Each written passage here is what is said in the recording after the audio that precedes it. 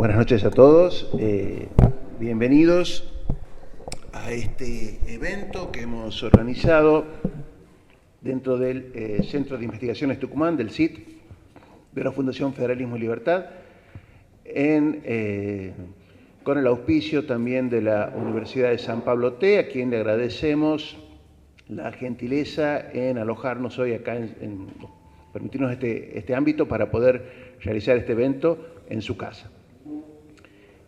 Nos convoca hoy un evento bastante interesante que nos pareció dentro del centro, que es recordar un poquitito los 50 años del comienzo de los atentados por parte de grupos terroristas contra la estabilidad institucional en pleno gobierno democrático. No estamos hablando aquí de en gobierno de facto, en gobierno dictatorial, donde uno puede quizás hacer uso del derecho a la resistencia por parte de los ciudadanos. No, estamos hablando de gobiernos elegidos democráticamente por el pueblo con amplia mayoría y votados también por muchos de los insurgentes que después se alzaron contra el gobierno constitucional, produciendo toda una serie de descalabros que afectaron la vida, la libertad, la propiedad de todos los argentinos de aquel entonces. Generaron toda una zozobra que después derivó en conflictuosa década del 70 que hasta el día de hoy no podemos llegar a superar. Para lo cual hemos convocado a Enrique Morad, un amigo de la Fundación, que les voy a leer un poquitito sus antecedentes para que los conozcamos un poco. Nosotros ya en la Fundación lo conocemos, pero ustedes probablemente no. Enrique tiene más de 40 años de experiencia profesional en el ámbito de la comunicación, los asuntos públicos y la gestión de empresas y de fundaciones privadas. Es abogado egresado de la Universidad Católica Argentina, la UCA, y cursó comunicación política en el Instituto de Filosofía Comparada, París 4, en la Sorbona, Francia. Fue profesor de Ciencias Políticas en la UCA y se especializa en temas de políticas públicas federales, articulación con la sociedad civil e inversión social privada. Actualmente integra varios directorios de entidades de bien público y en el ámbito privado fue presidente y consejero para el Cono Sur de Llorente y Cuenca, director de Asuntos Corporativos y Legales en la firma Loma Negra, director de Asuntos Públicos en el Bank Boston y a su vez presidió un grupo de fundaciones y empresas. Integró también el directorio de la Confederación de la Sociedad Civil, fue vicepresidente ejecutivo de la Fundación Loma Negra y vicepresidente de la Fundación Bank Boston. En el ámbito público fue asesor del presidente del Banco de la Provincia de Buenos Aires, el BAPRO, y miembro del Consejo de Administración de su fundación, así como también asesor en el Senado de la Nación y en el Ministerio de Cultura y Educación. Además, diserta en varios de estos temas relacionados con la sociedad civil, relacionados también con nuestra historia y ha hecho propuestas sobre algunas reformas de tipo institucional que no viene el caso en este momento tratar. Bueno, damas y caballeros, con ustedes a nuestro amigo Enrique Morad, que nos va a contar la experiencia propia sobre estos hechos que estamos recordando hoy para que no vuelvan a ocurrir en nuestra patria. Bueno, gracias Juan Pablo por la invitación, gracias a todos ustedes por su tiempo. En realidad quiero agradecerle al Centro de Investigación Tucumán de la Fundación Federalismo y Libertad y en la persona de Juan Pablo Bustos Tames y en la persona de José Guillermo Godoy, con quien también tengo una vieja amistad. Y también agradezco la calidad de auspiciante de la Universidad de San Pablo T. Para mí una novedad y una muy grata novedad, la estuve espiando hace un ratito, recorriendo, y que habla un poco de los nuevos y buenos tiempos que parecen venir entre nosotros. Como obviamente surge de lo que acaba de leer Juan Pablo respecto de mi vida, yo soy un hombre del siglo pasado. Nací exactamente en el año 50, con lo cual llevo medio siglo XX vivido. Y hoy no voy a hablar de las cosas en las cuales trabajé o me especialicé, ni del derecho, ni de los asuntos públicos. Hoy lo que quiero compartir con ustedes es compartir una reflexión con alguna información que uno tiene, algunas experiencias personales que me tocó vivir, y me gustaría invitarlos a repreguntar o a interrogarse sobre las razones de alguna cosa cada vez que lo que yo dijera a ustedes les pareciera que no es así, porque yo voy a tratar de dar datos, voy a tratar de referir circunstancias objetivas para que después cada cual en libertad pueda reformular su juicio, formularlo o corregirlo, aceptar lo que se está hablando o proponerse cambiar. ¿Por qué? Porque yo parto con un a priori, que hemos conversado con Juan Pablo muchas veces, que es un historiador muy reconocido y respetable, y que tiene la actitud curiosa de las personas que investigan. Empieza a buscar el por qué se dice esto o aquello, ocurre esto o aquello, suceden o se dan las cosas como se dan. Esta búsqueda de la verdad en libertad es lo que nos ha movido a lo largo de los años, a quienes tenemos algunos intereses por las cosas públicas, a avanzar. Y esto es lo que produce el grado de la civilización. Y eso también importa, o eso también impone muchas veces, el cuestionar las versiones difundidas o que corren como si fueran datos ciertos, cuando a lo mejor hay alguna premisa de entrada que no es exactamente comprobable o verificable en términos históricos. Entonces, yo pensé esta charla una vez que me invitaron a reflexionar. Ustedes saben que esto se organizó el año pasado, después yo me enfermé, no pude viajar el día que tenía que viajar. Hoy llego de vuelta con medio griposo, pero espero poder cumplir el cometido sin mayores contratiempos.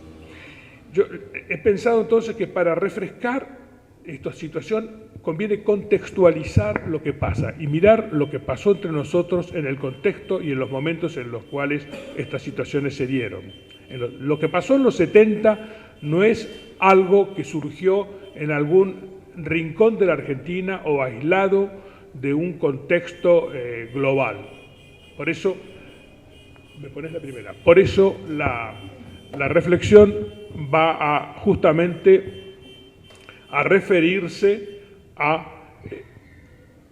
a plantear primero, a recordar el contexto global y nacional de la violencia en los años 1975, que es el año en el cual se dio este aniversario. Estamos a 50 años del año 75, que es el medio de lo que acaba de referir Juan Pablo, exactamente un gobierno democrático con 2 años y pico, y todavía faltaba 1 año y pico para que llegara el gobierno de los militares en el 75. Déjenme, permítanme, les voy a pedir, voy a presentar un pequeño texto de 2 carillas leídas, porque he tratado de precisar las circunstancias políticas en las cuales se vivía en la Argentina en 1975. Por las caras que veo, bastantes de ustedes, o varios de ustedes, también vivieron eso. Yo tuve la oportunidad, porque viví varios años fuera del país, de estudiar historia política contemporánea en Sorbonne, y tuve hasta el gusto de haber estado en el último año, el último curso que dictó Raymond Aron. De manera que incorporo las reflexiones de una larga vida de reflexión política y de enseñanza después en la Universidad Católica y en la Universidad de Buenos Aires. ¿Más acá? Bueno, entonces, si me permiten, voy a tratar de comentar esto, ¿no? ¿Cuál era el contexto global en 1975? Porque es muy distinto a lo que tenemos ahora. Los historiadores caracterizan los años siguientes al fin de la Segunda Guerra, mayo del 45, con la llamada Guerra Fría, como el enfrentamiento entre 2 visiones del mundo a partir de la redistribución global del poder entre los vencedores. Porque los 2 actores de la Guerra Fría son vencedores de la Guerra Mundial. Es decir, no es que quedan de un lado los ganadores del otro lado, los derrotados. No, los ganadores incorporaban el mundo de la libertad, que lo va a representar los Estados Unidos y las potencias europeas, y el mundo marxista, que en realidad es el mundo de la economía planificada y todo lo que deriva de las teorías de Marx. Pero es entre ellos dos el combate de la Guerra Fría. No es con los nazis o no es con los fascistas que habían sido derrotados. No hay ninguna, aunque les van a imputar permanentemente actitudes, no son los que prosperan políticamente, pues habían sido derrotados en el año 45. Sus principales cabecillas, algunos fueron ajusticiados, otros fueron a Nuremberg y fueron también ajusticiados, otros fueron a la prisión, y objetivamente, cuando uno se pone en Europa a mirar esos años, tienen muy poca incidencia. Es más una construcción posterior el atribuir a los derrotados lo que en realidad estaban haciendo parte de los vencedores. Sintéticamente, de un lado, de uno de los sectores de los vencedores se propuso integrar a los vencidos. Esta es la diferencia. Los vencedores salen a integrar a los vencidos, ayudando económicamente de una manera muy significativa a Japón, a Italia y a Alemania, que eran las potencias derrotadas. Y básicamente lo hacen buscando el fortalecimiento de sus democracias y el desarrollo de sus economías.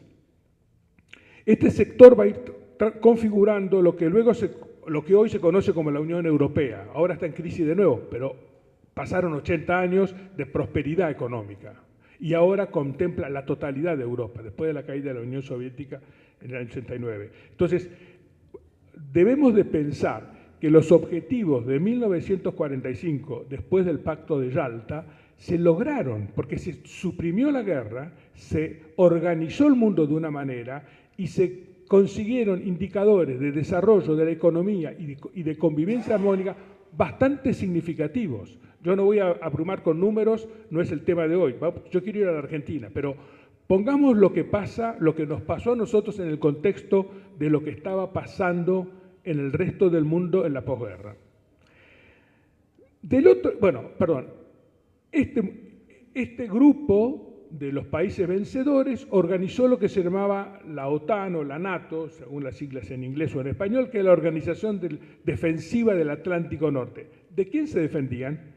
De la Unión Soviética, de los comunistas, porque los que enfrente eran lo que se llama el Pacto de Varsovia, que quería apoderarse del resto del mundo. El mundo de la libertad trabajaba, articulaba la promoción de la libertad en los otros países.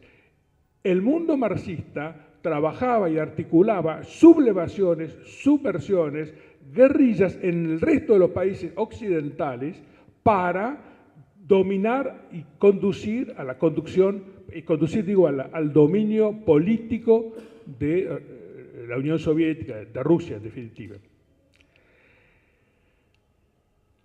Esto fue así entre el año 45 y hasta la caída del muro de Berlín primero y la caída de la Unión Soviética entre los años 89 y 92-94. Ahora, el otro dato que interesa es que surgió una metodología de acción desde el lado de la Unión Soviética que la inspira el fundador del Partido Comunista Italiano, que se llama Antonio Gramsci, y propone como objetivo no más el dominio del mundo a través de las armas, sino el dominio del mundo a través de la cultura y básicamente el periodismo, los medios de comunicación y las artes. Estos son los tres caminos que Gramsci sugiere al Partido Comunista. Gramsci no alcanza a ver esto porque él muere en la cárcel, pues estaba preso por Mussolini, ¿no? Y tampoco los soviéticos lo reconocieron. Pero sí el comunismo italiano, especialmente Palmiro Togliatti, que fue su sucesor a la presidencia del partido, se ocuparon de aplicar esto y esta fórmula fue muy exitosa. Esta fórmula fue muy exitosa para producir movimientos pro-marxistas, pero no vestidos de marxistas, sino no vestidos con el modo en el cual el marxismo actuaba en las primeras tres internacionales, que era militarmente. El marxismo no nació en Rusia, el marxismo nació en Londres. y se propuso ocupar Europa y planeó ocupar la Europa con un esquema de doble eje. Por un lado en España y Portugal y por el otro lado en la Unión Soviética. ¿Y por qué eligió estos dos países? Porque eran los países más pobres y más débiles sociológicamente y porque además desde ahí trabajaban articulando el dominio del resto de Europa. Alemania, Italia, Francia estaban consolidados y sostenidos económicamente por los Estados Unidos en los años 50. Entonces, donde ellos estaban trabajando eran donde estaban más débiles, los años 45 también y durante la guerra. ¿Dónde fueron las batallas esas? Bueno, la resistencia la única resistencia que resultó victoriosa fue la de la península ibérica, donde Franco consolidó su poder y no lo dejó entrar, y donde perdió el zar de Rusia, que ya había caído antes, en un proceso de degradación política que llevó a los comunistas al poder y desde ahí a expandirse.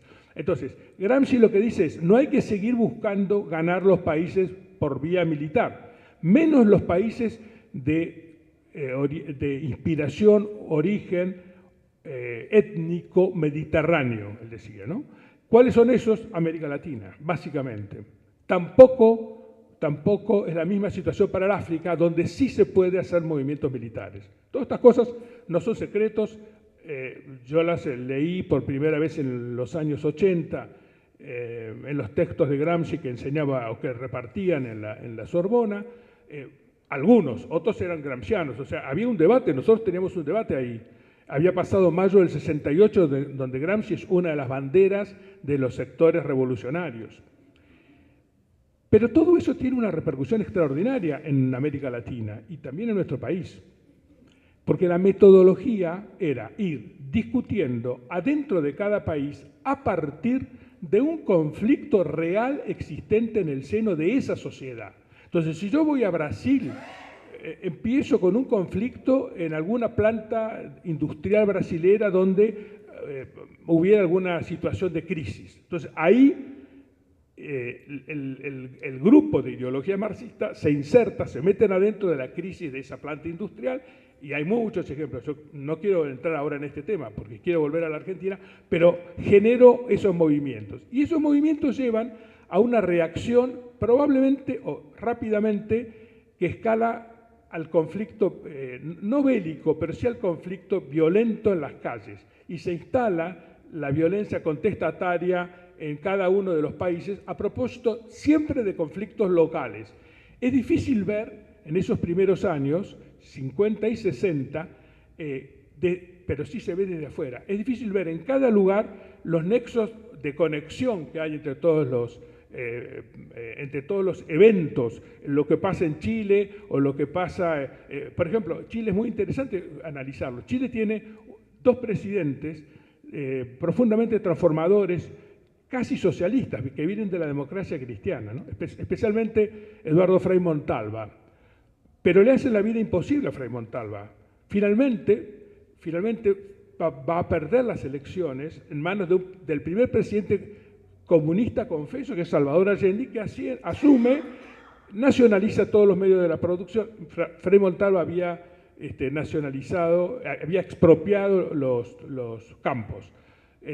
Probablemente tuviera una parte de razón en que estaban mal administrados o que, digamos, en cada caso se puede analizar lo que pasó, no es nuestro objetivo. Pero lo que era claro es que iban por todo, iban por el conflicto total en cada uno de los países. En ese contexto, había respuestas a la ambición del comunismo de controlar el mundo. Y había respuestas con dos, voy a omitir las guerras armadas en lo que era Indochina, luego Vietnam, que eran unas guerras entre una parte del territorio que se libera del comunismo y una parte del territorio que es captada por el comunismo, Corea, Vietnam, toda la región de la Indochina, del Oriente, y voy a omitir también las guerras del África, que durante todos los años 60 son guerras de liberación de los pueblos originarios respecto de las potencias europeas que los explotaban comercialmente. En los dos casos había, tanto en los casos del Oriente como en los casos del África, había razones para rebelarse. Había gravísimos abusos. Voy a citar el caso de los belgas en el Congo belga. Pero nadie se procuró la transformación de esos pueblos. Arrancaron con la violencia y murieron decenas de miles de personas en cada uno sin ninguna otra oportunidad. ¿Para qué? Para salir del control de los belgas y entrar al control de la Unión Soviética. Y finalmente, digamos, engrosar el segmento de los países que iban a estar acompañando a la Unión Soviética en su expansión. Me voy a enfocar solamente en conversar sobre la Argentina, o por lo menos en América Latina. ¿Cuál era el segundo grupo que enfrentó? El segundo grupo que enfrentó, probablemente con más eficacia, pero que es muy importante para América del Sur, para América, es la Iglesia. La Iglesia Católica tiene una capilaridad que no tenía nadie y una actividad con todos los sectores en conflicto a partir de la doctrina social de la Iglesia del final del siglo XIX, de la Rerum Novarum, la famosa encíclica del Papa León XIII, con lo cual había una posibilidad de rápida respuesta frente a cada conflicto, una sugerencia de resolver el conflicto en cada uno de los países según la naturaleza del conflicto. Si eran los pescadores de Mar del Plata en la Argentina, atendiendo los problemas de los pescadores de Mar del Plata, y si eran los problemas de lo que quiera que fuera. La Iglesia, por su capilaridad, estaba metida. Con lo cual fue rápidamente advertido por los planificadores de la Unión Soviética. Los comunistas en la Unión Soviética planificaban todo. La economía, el desarrollo de tal naturaleza, qué producía qué y quién, qué estudiaba qué y cuál. Entonces estudian cómo hacen gramscismo en América Latina y empiezan a emitir acompañamiento a grupos religiosos, apoyándose en una cierta ingenuidad que ellos quieren ver y que resulta bastante oportuna, bastante verificable, cierta ingenuidad de los actores vinculados a la Iglesia católica, pero básicamente católica, también algunas iglesias protestantes, pero mayoritariamente católica, que por razones de sensibilidad y bajo análisis operativo, bajo análisis o bajo conocimiento de lo que se necesita para resolver los problemas del desarrollo de la economía, tomaban partido por la contestación o por la violencia. Nunca tomaban partido por el grupo de los propietarios o de los que querían estar apoyando eso. ¿Qué hizo la Iglesia? Se generó un montón de autores que se convirtieron en dirigentes políticos y que estaban en profunda sintonía entre ellos y por afuera. Yo les voy a hacer nombres y esta lista que yo les voy a dar ahora era una lista que yo la tengo de un apunte, no la puedo probar, pero es un apunte mío, de un curso de Raymond Aron. Miren los nombres que él pone. Konrad Adenauer, fundador de la democracia cristiana en Alemania. Alcide de Gasperi, fundador de la democracia cristiana en Italia. Robert Schuman, primer ministro francés. El rey Balduino de Bélgica, profundamente complicado con el tema del África, del Congo. Jean Monnet, el fundador de la Unión Europea. Ludwig Erhard, el sucesor de Adenauer en Alemania. Aldo Moro, primer ministro italiano. John y Robert Kennedy, dos dirigentes, uno presidente de los Estados Unidos, demócratas, y los dos asesinados. Giorgio Lapida, Luigi Geda, Ángel Herrera Uría, un obispo de Madrid, el obispo de Nueva York, Monseñor Fulton. La lista sigue. Pero lo quiero decir, esos eran los nombres que tenían esta visión y que tenían la preocupación de generar respuestas en el espacio democrático a los problemas reales de los desarrollos de la economía o de los desarrollos de los países que habían estado destruidos después de la guerra. Alemania era un desastre como había quedado y además partida al medio, la mitad controlada, lo que se llamaba la República Democrática, paradójicamente, por la Unión Soviética y la República Federal por, digamos, cercana al mundo de la libertad. Bueno, este mundo Ahora bajémoslo, este contexto que va desde el final de la Segunda Guerra hasta los años 70, bajémoslo entre nosotros. Pensando esta charla,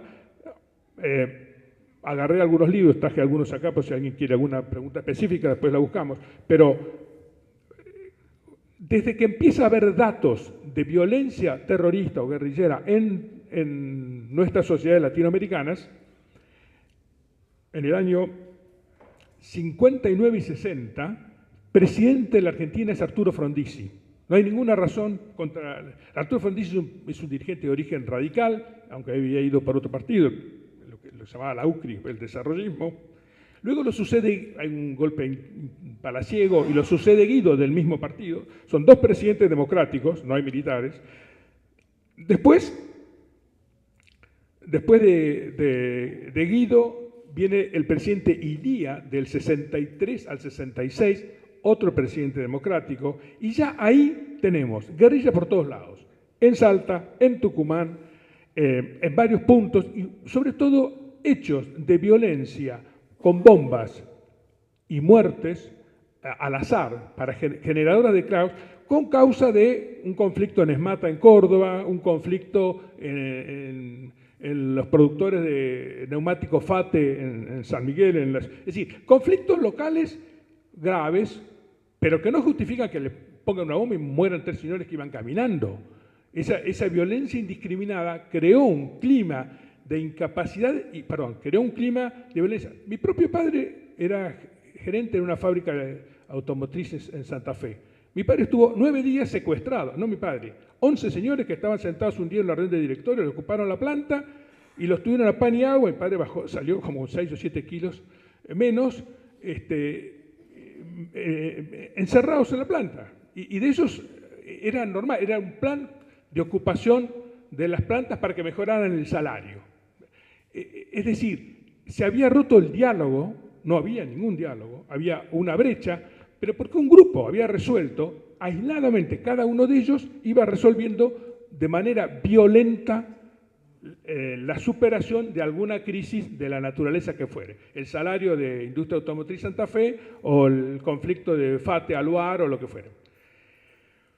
Recién ahí después vino el primer gobierno militar fuerte, la revolución de Onganía, unos meses de Levington y Lanuse, que terminó con un fracaso en el orden de la economía, y donde sí hubo ya asonadas bien orquestadas, en Corrientes primero, después en Rosario, después el Cordobazo en el año 69, ya estamos llegando al 70.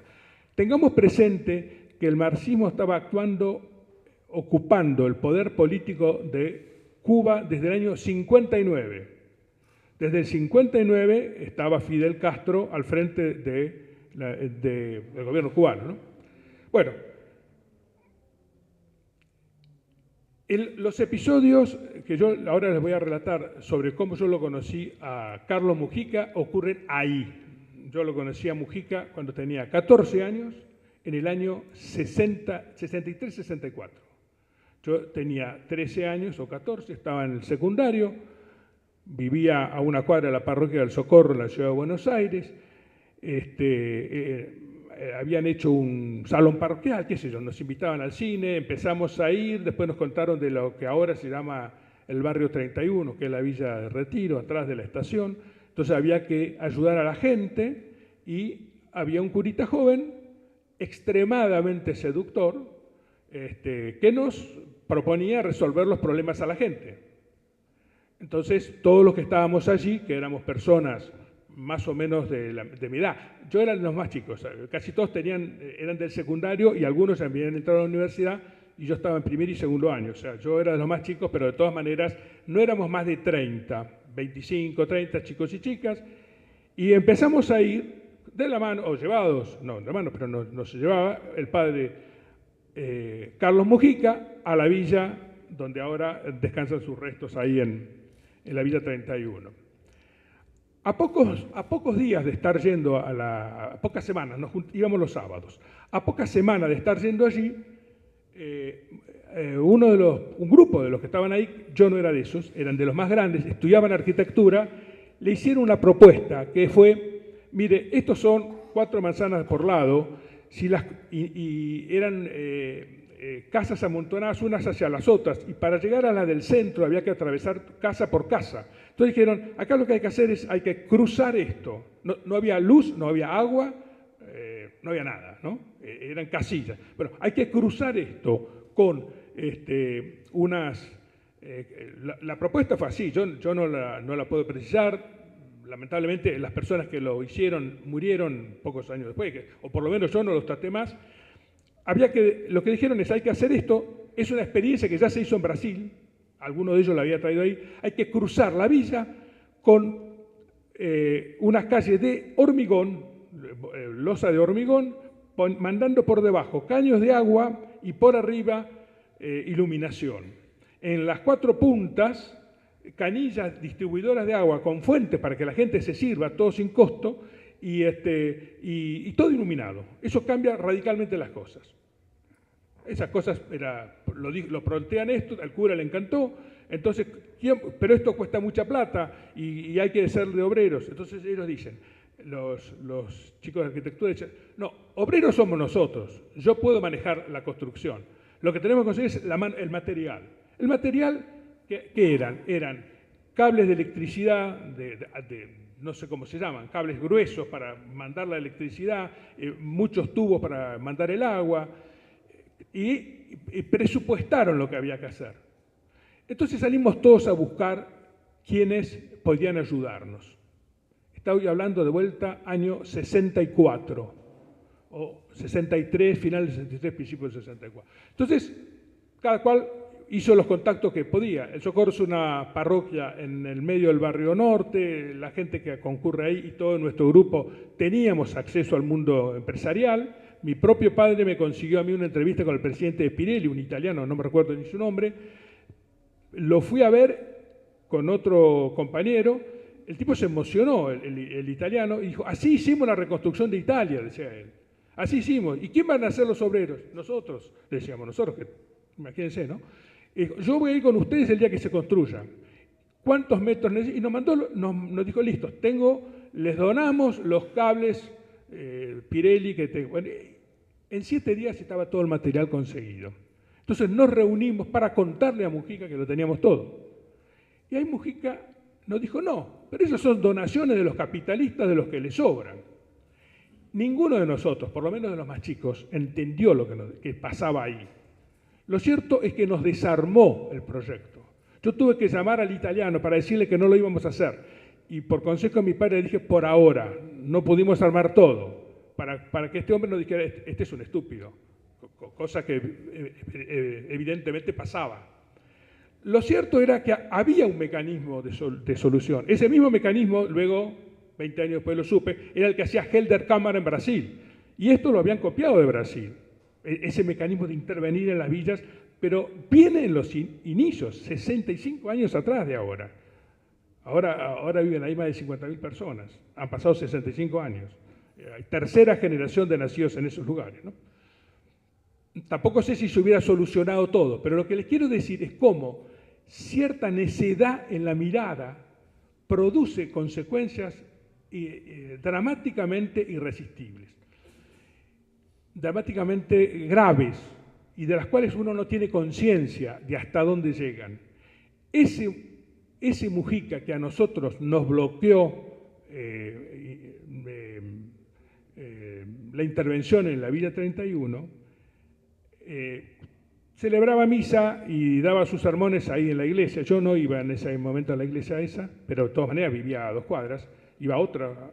Pero quienes la oían se pusieron a hablar entre los padres, incluyendo, lo llamaron a mi padre, papá me preguntó sobre este tema, y yo le dije, sí, pero parece que ahora no se puede. Entonces, organizaron, no enfrentarnos, éramos todos adolescentes, no enfrentarnos diciéndoles no va más ahí, sino tenemos un programa mucho mejor, lo están armando lo del Champagnat, un colegio que estaba a 500 metros de ahí, 800 metros de ahí, y nos fuimos con lo del Champagnat a hacer una obra a La Ferrer.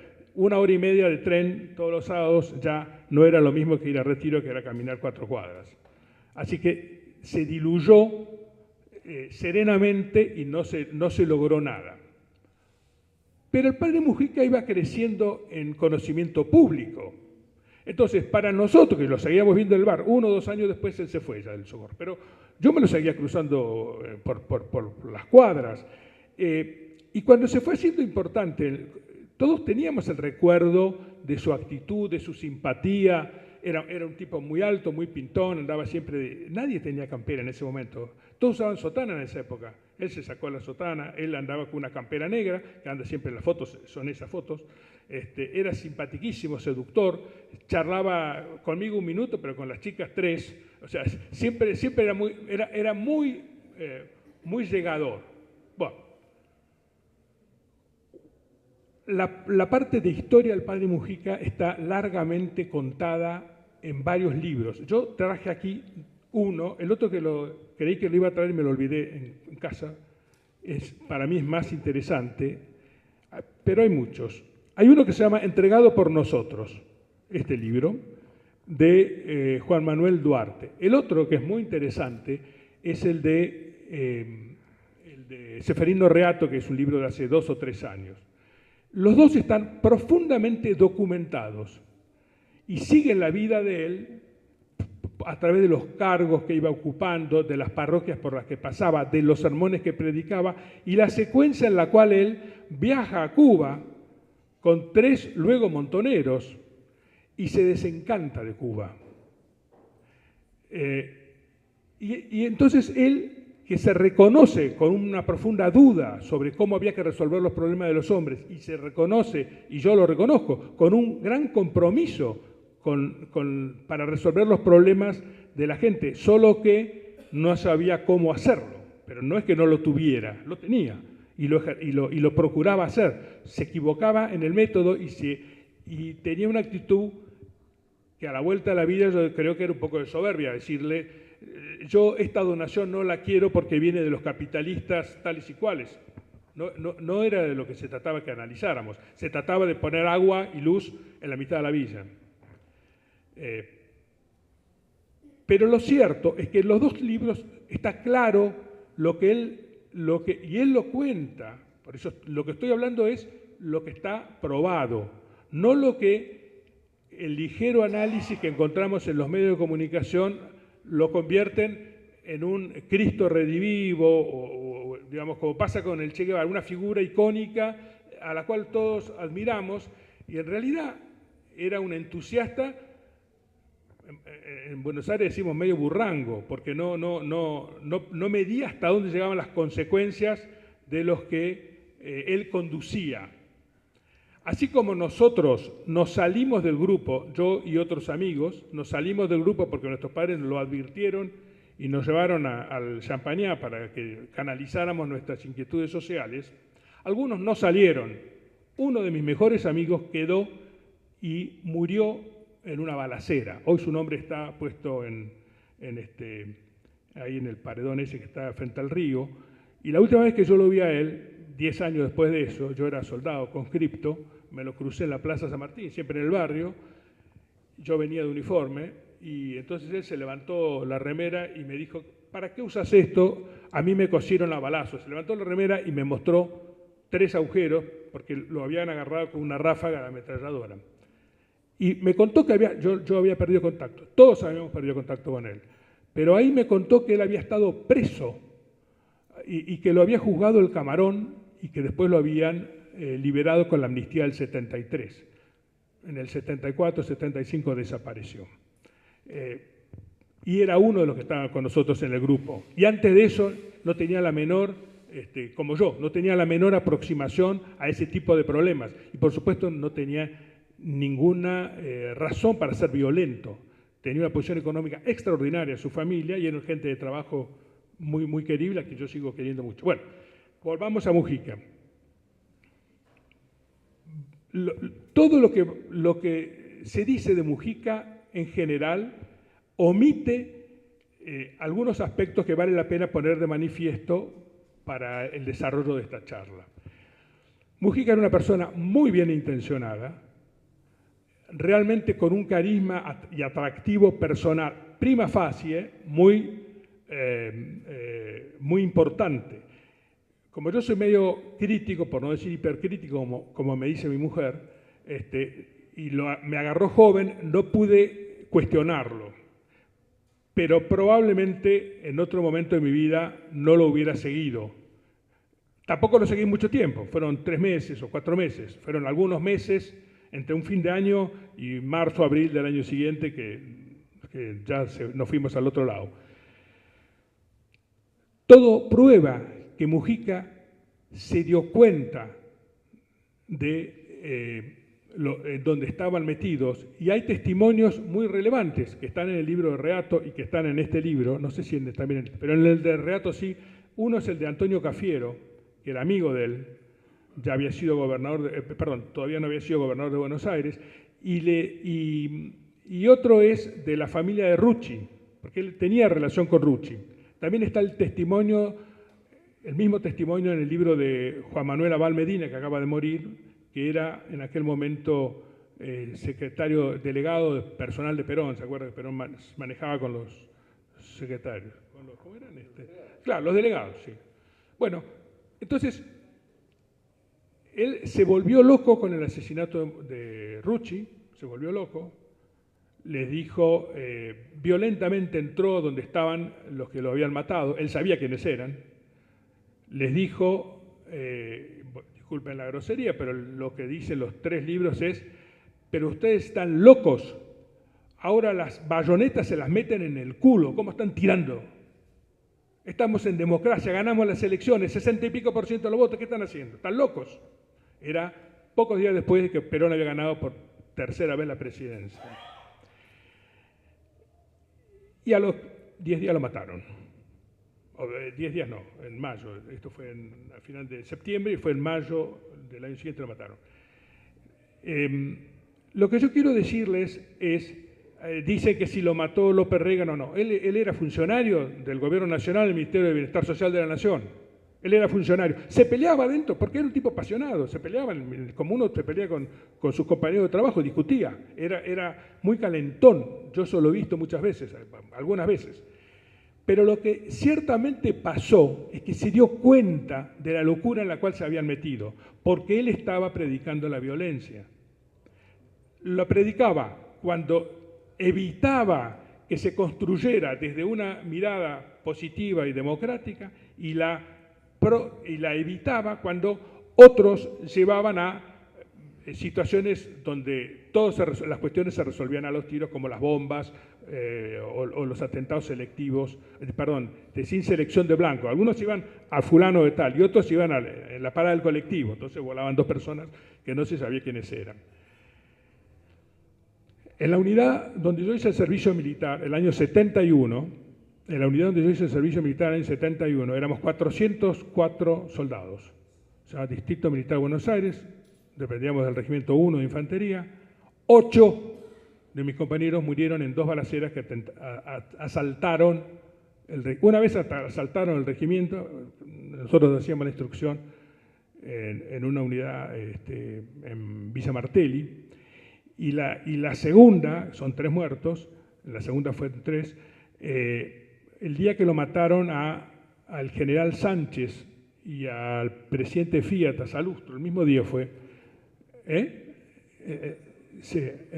nosotros salimos, ese día no se habían dado la baja, era abril, me parece que era finales de abril del año 72, entonces nos íbamos de baja. Nos habían invitado a tomar un desayuno, que es una cosa típica que se hace en el mundo militar.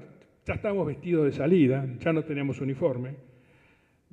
Volvió a aparecer el coronel, dijo, no me van a creer, pónganse nos dimos cuenta que algo pasaba. Esa mañana habían muerto estos 2 personajes, nosotros no lo sabíamos. Estábamos de las 6 en el cuartel pensando en irnos al mediodía. Nos volvieron a vestir de fajina y salimos a cubrir lugares donde se estaba buscando a los presuntos asesinos. Yo cubrí en la vieja Panamericana, pero era el mismo trazado actual, yo cubrí la salida del acceso norte, ramal a Tigre, del lado de ida al Tigre. Otros estaban del lado de venida, otros estaban en el lado que se bifurca Campana y Córdoba. Bueno, estábamos así todos repartidos. En los que estaban en el siguiente puesto, pero haciendo lo mismo que yo, o sea, en los que estaban marcando la salida a Campana. Yo hacía la salida a Tigre, que son las dos grandes salidas de la Panamericana. En los que estaban allí, nosotros le teníamos que decir a los tipos, a cada auto, por favor, bájese y abre el baúl. En esa época, para abrir el baúl había que bajarse, agarrar las llaves, ir del lado atrás, abrir el baúl, levantar la tapa. Entonces estábamos, uno a cada puerta de adelante y otros dos soldados nuestros ahí atrás, apuntando hacia el auto. Imagínense lo que duraba el tráfico eso, ¿no? Era todo el mundo pasando por eso, la gente no... Bueno, esa misma tarde, a uno de mis compañeros que se distrajo, cuando fue para atrás a abrir la puerta del baúl, el que abrió la puerta tenía una ametralladora, se dio vuelta, lo mató a él y tiró hacia todos los que estaban atrás, le pegó a otros 4, de los cuales 2 más murieron. O sea, hubo 3 muertos y 2 heridos en ese puesto. Pudo haber sido yo, absolutamente al azar. Lo único que estábamos haciendo nosotros era buscando a ellos o a algunos de ellos. Obviamente, a esos 2 que iban en ese auto los mataron mis propios compañeros. Obviamente, sus nombres están entre las filas, entre los nombres de las víctimas del terrorismo subversivo del gobierno militar. Pero esto fue en el 71, faltaban 5 años para el gobierno militar. Fue en el 72, faltaban 4 años para el gobierno militar. Que yo sepa, a ninguno de mis compañeros muertos le habrán dado más allá de un subsidio, como si fuera un cabo, digamos, algo por el estilo, ¿no? Bueno, ¿cómo sigue esto? Yo a Mujica no lo vi más que me separé y algunos encuentros fortuitos. No tuve conversaciones personales nunca. Nunca estuve solo con él, o por lo menos no recuerdo nada. Pero ese es el perfil que ahora me parece importante que tengamos claro, porque en Mujica hay están todos los datos de la gente buena profundamente equivocada y que causa un daño irreparable del cual no tiene conciencia. Cuando tuvo conciencia y se quiso ir, no lo dejaron salir y lo mataron. Personalmente, yo soy un tipo de fe, creo que Dios le ha de haber perdonado las salvajadas que hizo, pero no creo que haya sido un prócer ni nadie para memorarlo, ¿no? Bueno, yo quería, cuando hablé con Juan Pablo le conté que se lo había tratado y me dijo, tenés que hablar de eso. Bueno, mucho más que eso yo de él no puedo hablar, porque más que esto no tengo. Además hace muchos años que pasó esto. Y como en los años siguientes él iba creciendo en fama, yo me sentía que era amigo, que conocía al tipo, imagínense ustedes, yo lo había visto a los 14, lo mataron cuando yo tenía 24 o 25 años, y además estaba todos los días en las tapas de los diarios, o sea, encabezaba manifestaciones todo el tiempo, hablaba, decía discursos, lo fue a buscar a Perón, volvió con Perón, se hizo peronista, después se peleó, bueno, iba y venía todo el tiempo, hasta que, pobre hombre, lo mataron. Tuve algún contacto con alguna familiar de ellos, que se portaron relativamente bien, entendiendo los daños causados, y lo que yo quiero rescatar para ponerlo ahora como primer elemento de los que voy a hacer, para empezar cerrando la conversación, es hacerse cargo de la confusión de los años 70. Pero confusión para nosotros, que vivíamos sin saber que éramos parte de un gran teatro de operaciones global en el cual nosotros no teníamos arte ni parte. Nos ocurrían cosas que supongo que algunos estrategas habrán sabido, algunos militares lo habrán conocido, pero que no se traducían eficientemente sobre la vida social, porque de hecho las consecuencias las estábamos padeciendo. Ahora, en los años en que estuve en París,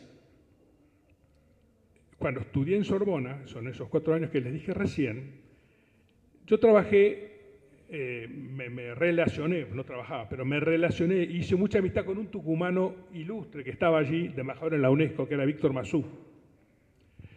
Y Víctor Masú y otro hijo de tucumanos, aunque él no era, que es el embajador Jacobela, en ese momento era ministro. Jacobela tenía más o menos mi edad.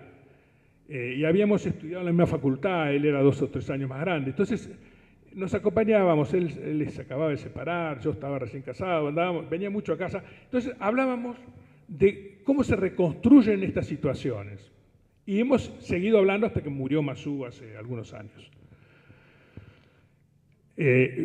Por consejo suyo entré yo a estudiar Sciences Po, por consejo del propio Masú. Me dijo, pero aprovecha el tiempo. Era un infierno, yo terminaba a cualquier hora de la noche, como a las 11 de la noche, pero bueno, cuando uno es joven y puede hacer estas cosas, valía la pena. Él lo que decía es, tenemos que no simplificar los problemas. Son mucho más serios de lo que nosotros vemos. Y si no conocemos las aguas submarinas o las corrientes submarinas, cómo corren, no podemos navegar bien en la vida. Entonces hay que preocuparse de informarse sin idealizar y jamás justificar la violencia, pero entender por qué se está produciendo. No es por el enojo de esto o por el enojo de aquello, sino alguien lo está acicateando a alguien a salir, sale de mal modo, nos produce un daño a todos, pero yo no tengo que vengarlo, tengo que clarificarlo. El 90% de los que yo le clarifico los voy a cambiar de posición, como le pasó a Mujica. El otro 10%, que yo no lo clarifico, acabará preso, si fuera todas las cosas bien, se irá a otro lado. Pero hay que circunscribir la violencia y hay que ir a vivir en una sociedad de iguales, todos juntos, votando, eligiendo, equivocándose, acertando. Y él era en ese momento, cuando yo estaba en París, él era embajador del gobierno militar. Poneme el segundo, por favor. La síntesis para mí es esta. La violencia de los 70 ha sido reinterpretada en el siglo XXI. Si miramos lo que pasó en los años, después de los años 70, tenemos los años 70 con la violencia, a partir del 76 viene el gobierno militar, entonces hay represión de la violencia, antes también la había, pero bueno, ahí queda totalmente en manos del Estado. Y después viene 3 gobiernos que toman unas cuantas cosas. Vamos ahora al 3 y volvemos para atrás. ¿Cuál es yo llamo a esto la democracia derrotada? ¿Por qué la democracia derrotada? Porque cuando terminó el gobierno militar en el año 83, vino la democracia. Y de ahí para acá seguimos en democracia. Podemos haber votado a uno o a otro, nos gustó o no nos gustó, no hay más militares en el horizonte, o no los hubo. ¿Por qué está derrotada? No solo por lo que pasó en el gobierno militar, no solo estuvo derrotada en esos años, sino por la incapacidad como dirigentes sociales de todos nosotros para procesar las dificultades y tomar los recaudos para reordenar la vida cívica. Alfonsín hizo juicio a la violencia, pero a todos. Alfonsín llevó a la Junta de Comandantes, el famoso juicio de la Junta, se lo mandaron a todos presos de por vida, después los van a amnistiar, pero fueron todos presos un par de años, y también las cúpulas de los montoneros y de los del ERP, mandó a todos. O sea, Alfonsín hizo lo que era razonable. A todos los que sabía que tenían responsabilidad de algún acto militar, a juzgarlo. No dijo, no lo condeno de entrada. No, quedaron en sus casas y empezaron a ir hasta que algunos se empezó a escapar y entonces, bueno, todos adentro con prisión preventiva. Pero abrió el juicio. Pasaron todos los juicios, algunos se escaparon, se iban buscando en distintos países del mundo, traían un militar de acá, un montonero de allá, encontraban uno en México, otro. Bueno, esos años se siguen en los diarios, ya todos ustedes lo vivieron, no me preocupa el modo en el que le ocurrió. A mediados de los 90, 94, creo que era, sí, otro presidente, ya hacía varios años que habían desaparecido los actos de violencia, había aplastado el último levantamiento militar de los caras pintadas, se le ocurrió hacer lo mismo que habían hecho en Europa después de la Segunda Guerra.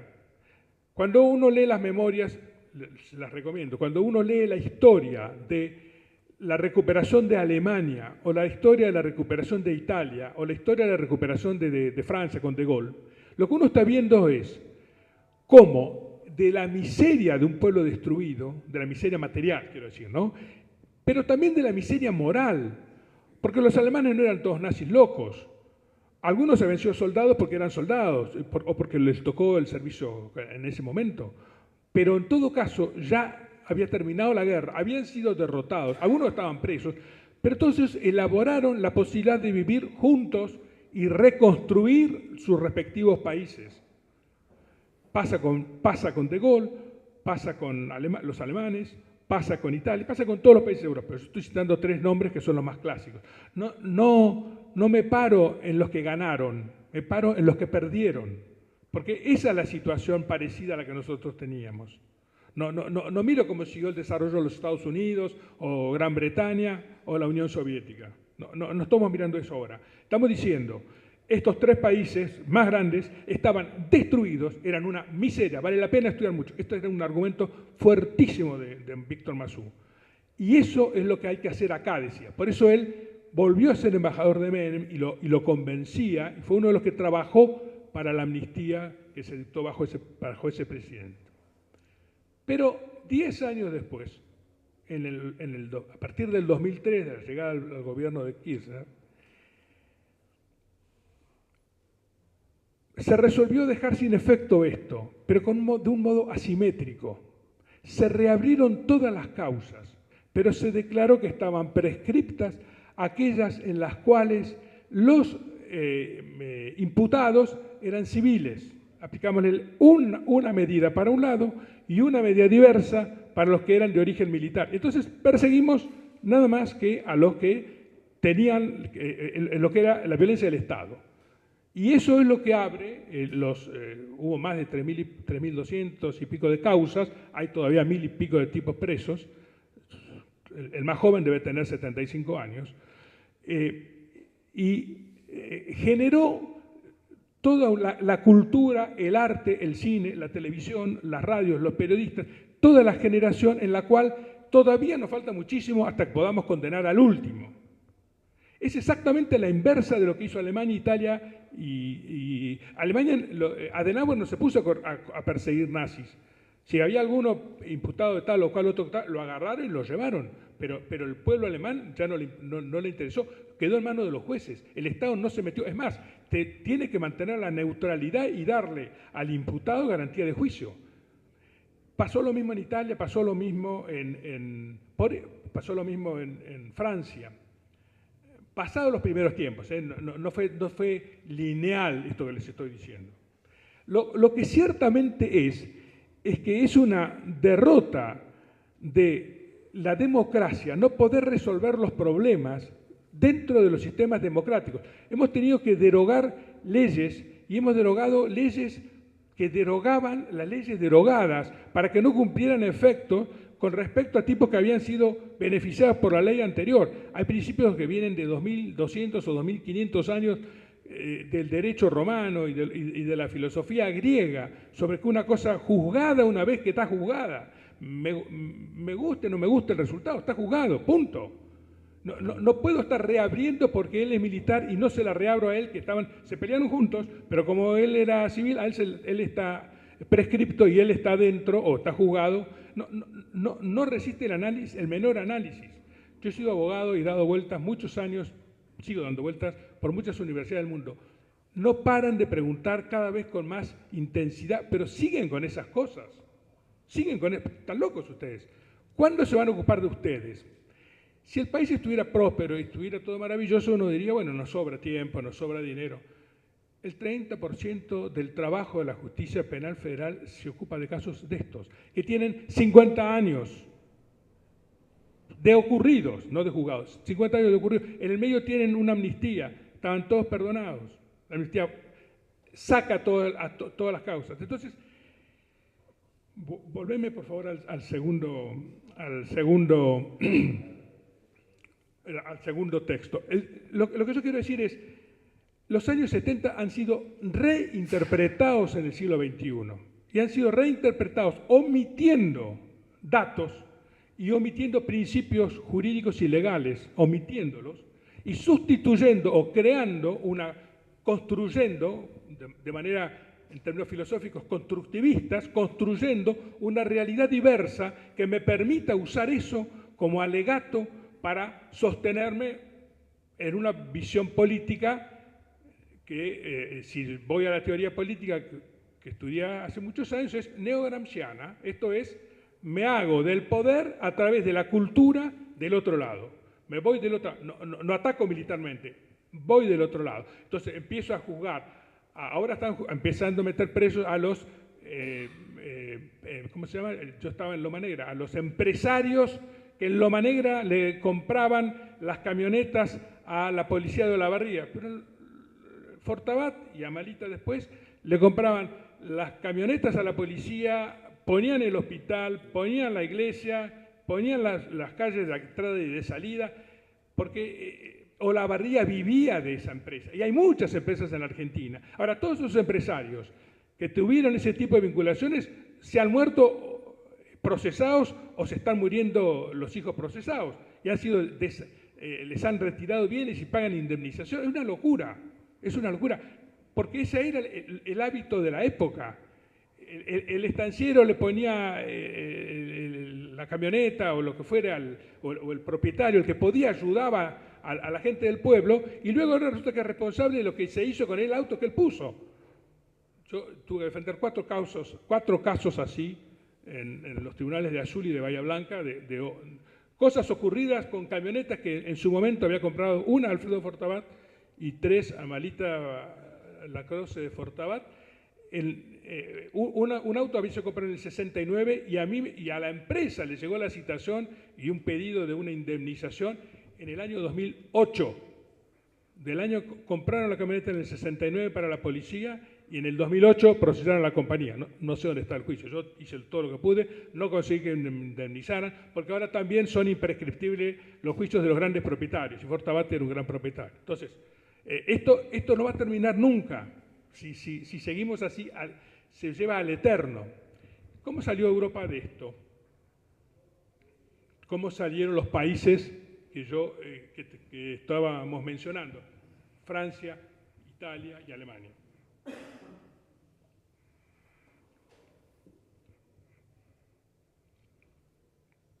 Bueno, ya esa 2 y 3 está, vamos a la 4. Una de las condiciones que requiere la democracia es la concordia. No puede haber democracia entre ciudadanos en guerra.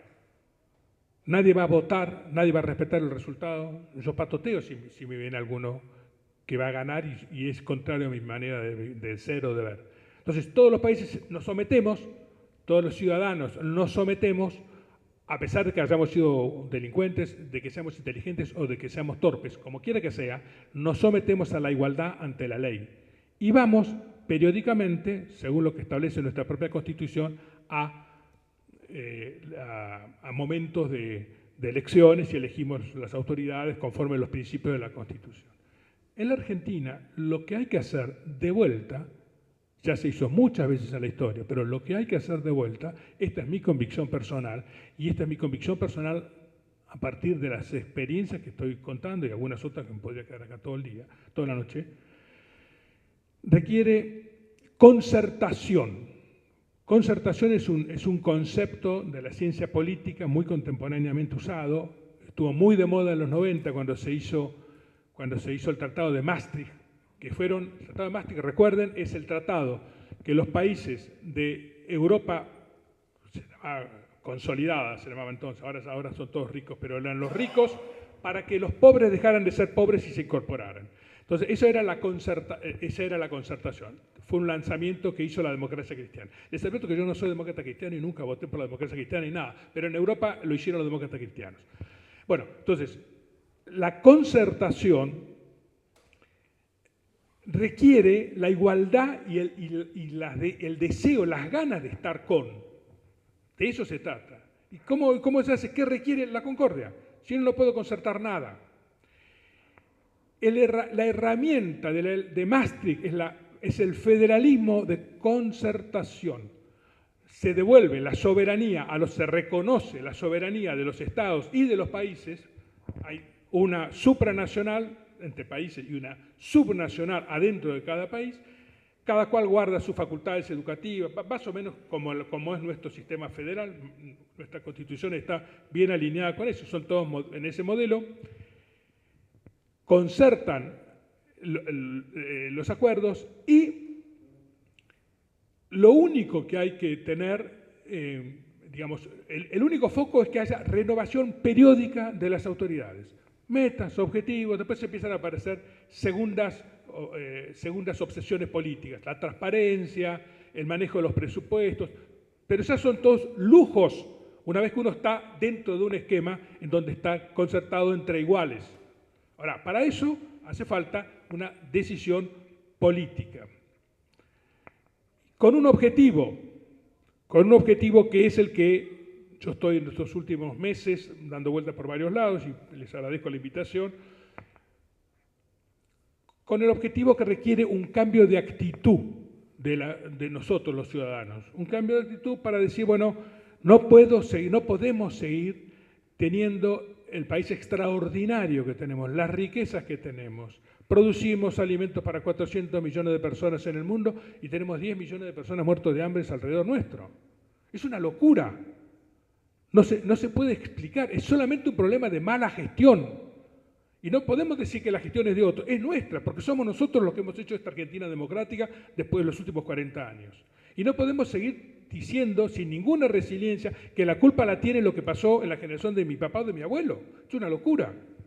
Entonces, lo que a mí me sorprende es que la actitud social no sea una actitud vigorosa de ponerse de pie frente a una historia que no resiste análisis, pasar, como hicieron los franceses, como hizo Adenauer, como hizo Italia, pasar por un proceso de reflexión, de perdón y de construcción de una vida nueva en concordia, donde todos podamos trabajar juntos, todos juntos. Los iguales, no, los desiguales, porque con los iguales siempre estoy de acuerdo.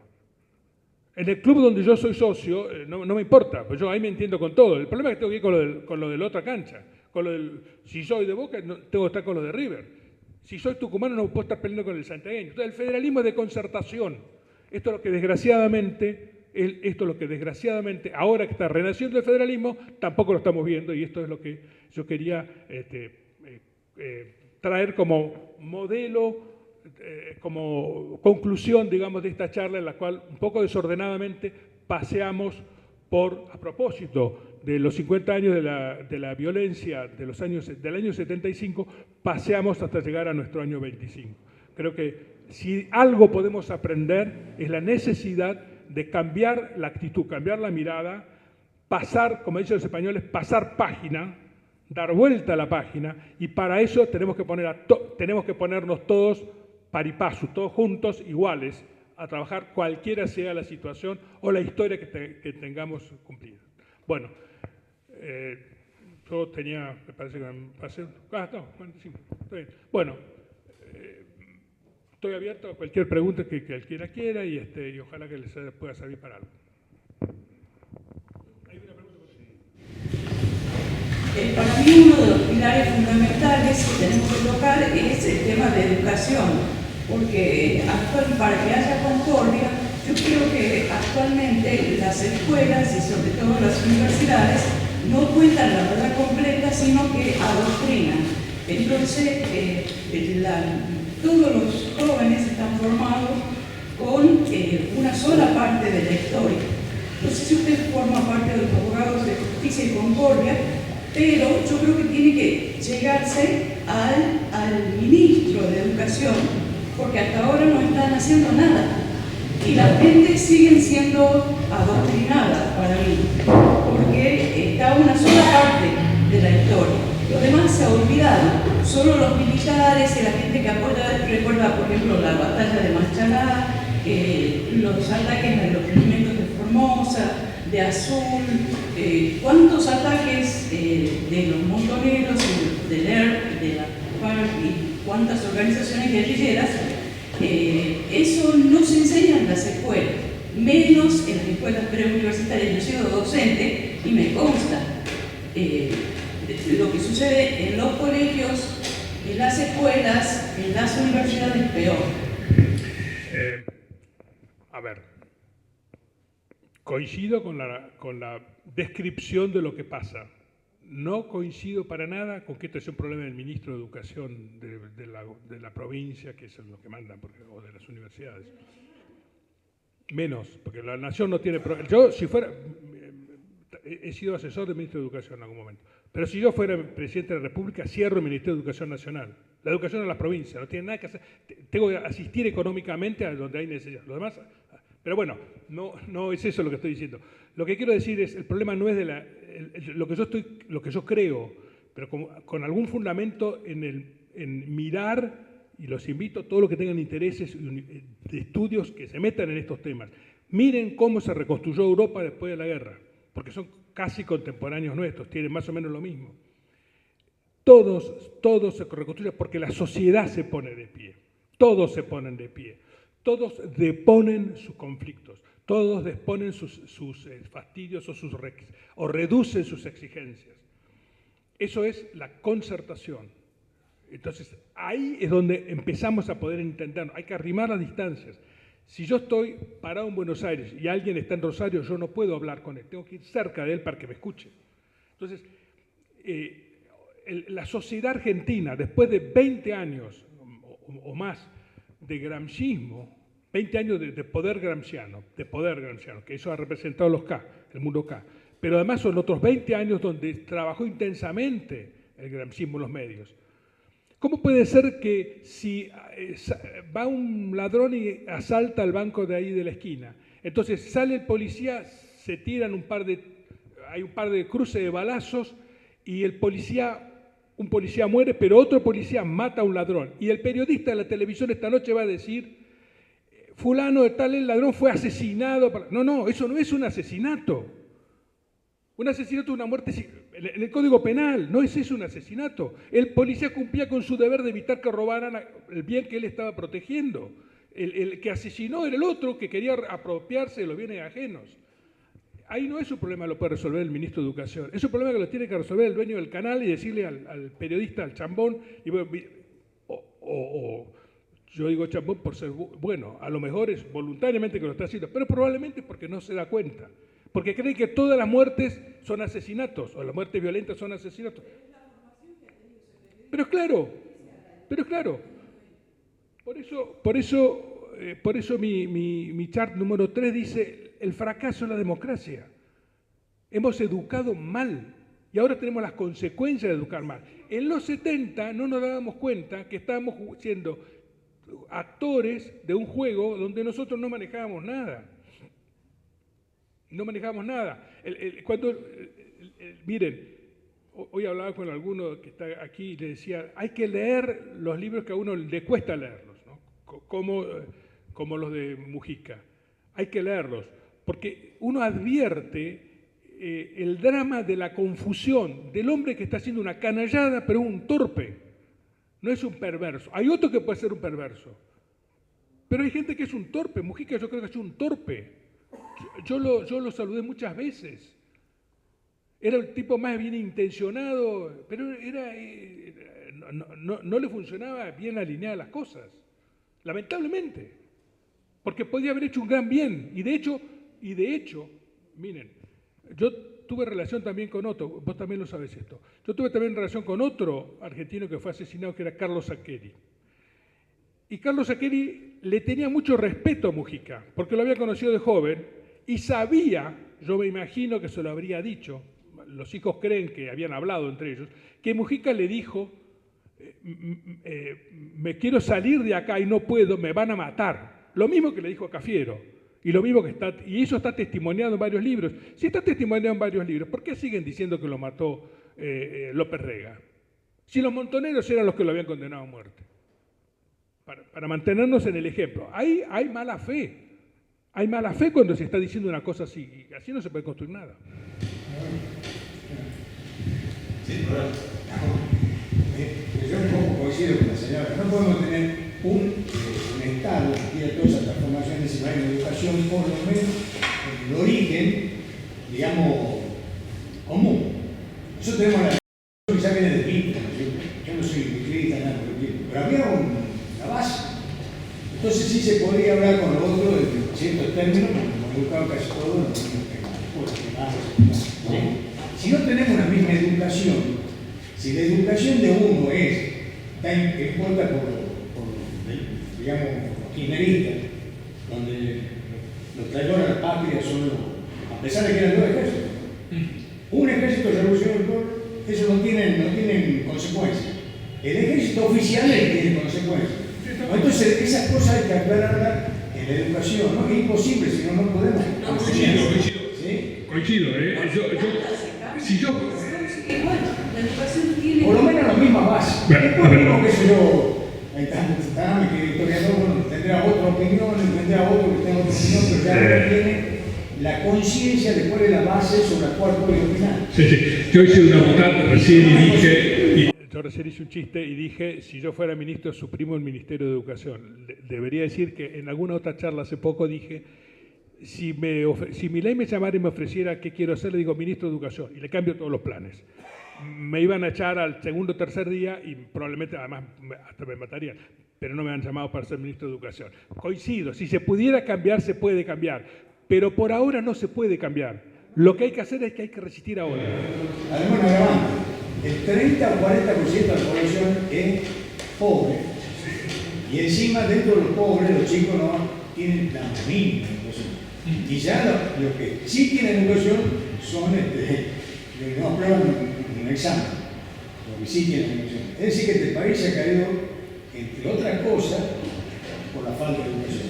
Ha crecido con la educación, pero se ha venido abajo por la falta de educación. Es decir, que ahí hay que poner el mayor énfasis, a veces, por supuesto, que la pobreza que trata de solucionar, pero el mayor énfasis en que, digamos, en la educación. Y Argentina es importante, mucho más importante que Brasil en la década de 60, era mucho más importante que Brasil por la educación que Sin duda, sin duda.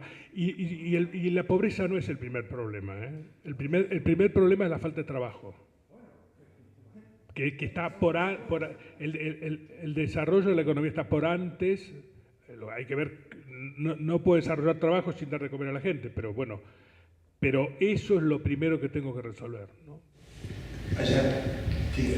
Yo comparto lo que dice la señora y creo que lo que tenemos hijos y nietos y hemos vivido, yo me recibí de bachiller en el año 76, veía, escuchábamos las bombas y demás.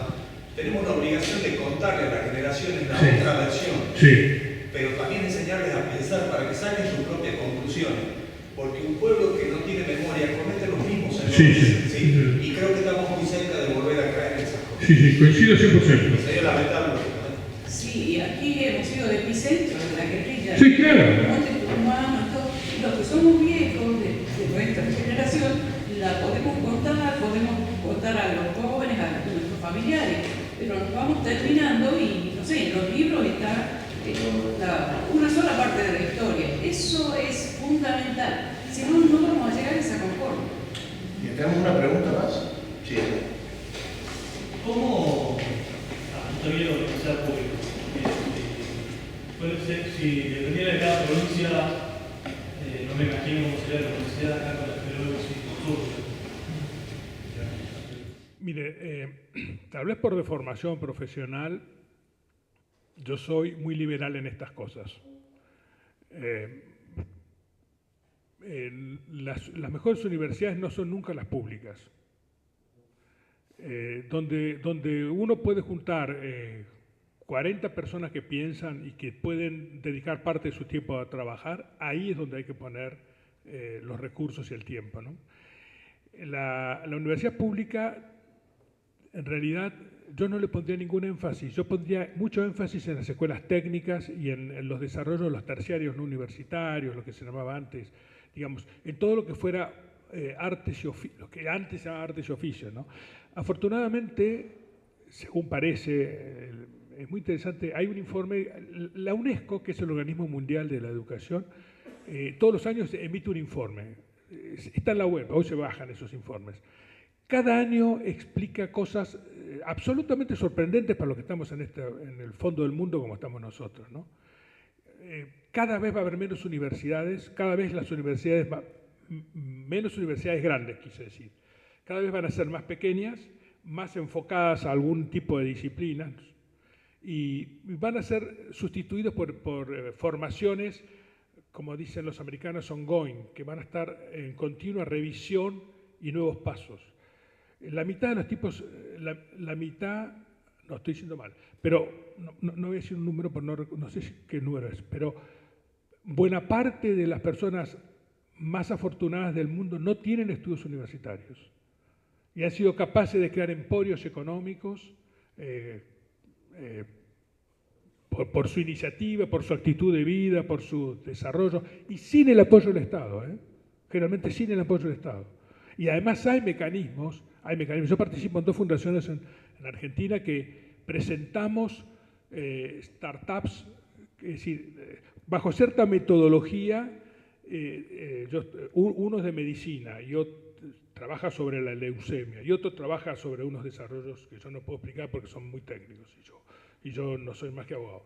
Pero lo que hacemos es, siempre hay 15, 20 personas que están estudiando estas cosas y que están, generalmente son chicos jóvenes o chicas que están en Tandil, hay mucho en Tandil, en el centro de la provincia de Buenos Aires. Bueno, a esta gente les revisamos la propuesta y les sugerimos cómo tienen que hacer para ir a buscar fondeo a Silicon Valley. Silicon Valley, hay todos los meses, hay inversores que se ponen a mirar las sugerencias para mejorar cosas. Acá eso lo hacía, hoy hablamos de Fernando Bach, lo hacía hace 20 años la Fundación del Tucumán y trabajaba con los clústeres y otras cosas, otros mecanismos de identificación de fuertes desarrollos. Yo creo que ese es el camino. Es más importante ese camino para mí que el camino de las universidades, que hoy por hoy tienen además 25% de latinoamericanos. Entonces yo estoy sosteniendo en el presupuesto argentino el 25% de la educación de los ecuatorianos, peruanos, qué sé yo. Si me sobrara el dinero, pero... Bueno, muchas gracias, Enrique, muchas gracias a todos ustedes. No se vayan todavía, les cuento cómo sigue esto. El cronograma, el calendario del CIT. El lunes 11 de agosto, 20 horas, Facultad de Derecho y Ciencias Sociales de la Universidad Nacional de Tucumán, calle 25 de Mayo, viniendo por el sentido del tránsito, mano izquierda. No se pierdan un evento muy interesante. Lo tenemos como invitado uno de los mejores analistas políticos de la provincia, que es Álvaro Aurane, que va a hablar sobre realidad política de Tucumán en miras a las próximas elecciones. Así que, además de ser una persona muy divertida, muy entretenida, tiene información de primera mano que la va a compartir con todos nosotros. Así que no se lo pierdan el lunes 11 de agosto, de este lunes al otro. Otro tema, estoy preparando la presentación de mi último libro, que es una biografía de Juan José Paso, que va a ser también durante el mes de agosto. No bien tengamos ya fijos los días y la hora y el lugar, se lo vamos a estar comunicando también para que puedan asistir. Va a estar muy interesante. Y también durante el mes de septiembre, probablemente, en vísperas de un nuevo aniversario de la Batalla de Tucumán, vamos a estar editando una nueva edición de la autobiografía del general Belgrano, que está agotada. Si ustedes van a buscar algo, no la van a encontrar. Bueno, vamos a editar una nueva edición para que la podamos tener y también va a estar presentada para todos ustedes. Así que bueno, son los próximos eventos, los esperamos, que tengan una hermosa velada, una hermosa noche y un muy buen fin de semana. Nos vemos el lunes 11. Gracias.